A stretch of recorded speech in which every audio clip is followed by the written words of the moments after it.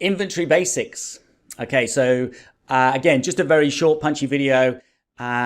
This is an aspect that people aren't that aware of. And again, it's one of those things that if you think explicitly about it, you get a whole bunch of model scoping and design benefits.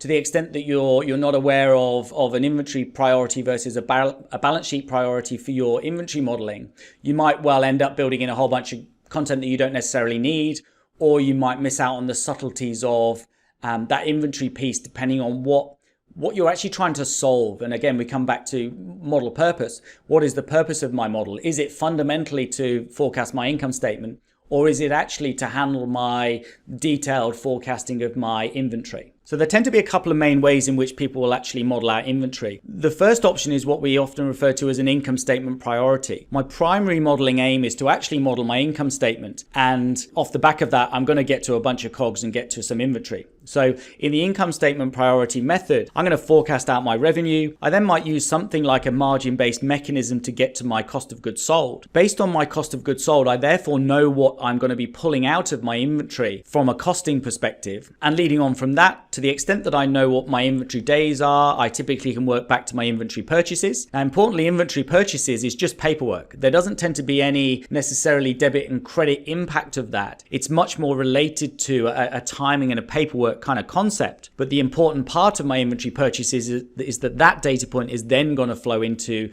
my inventory payables. So in an income statement priority mechanism, I don't necessarily need to do all the inventory modeling. I can still get myself to a sensible COGS number. But if I do then want to actually model out my inventory, that COGS can be used to drive what is a notional amount of inventory used, and from there backwards into payables. And it's worth noting that with Modano's terms-based modeling, you can do incredibly complex inventory timing and analysis from a cash flow perspective. The only thing that you typically will lack is a derivation of a COGS number, which if you're in a manufacturing industry is where we start to get into the balance sheet priority method. So with the balance sheet priority approach, this whole piece actually requires fundamental volumes. So what we're doing with the balance sheet priority approach is where we have expenditure and we have activity, and that is actually piled into your inventory. Now, when you sell revenue from a volumetric perspective, it's the volumetric point that flows into your COGS, and it's therefore from a COGS perspective, depending on what your accounting policy is,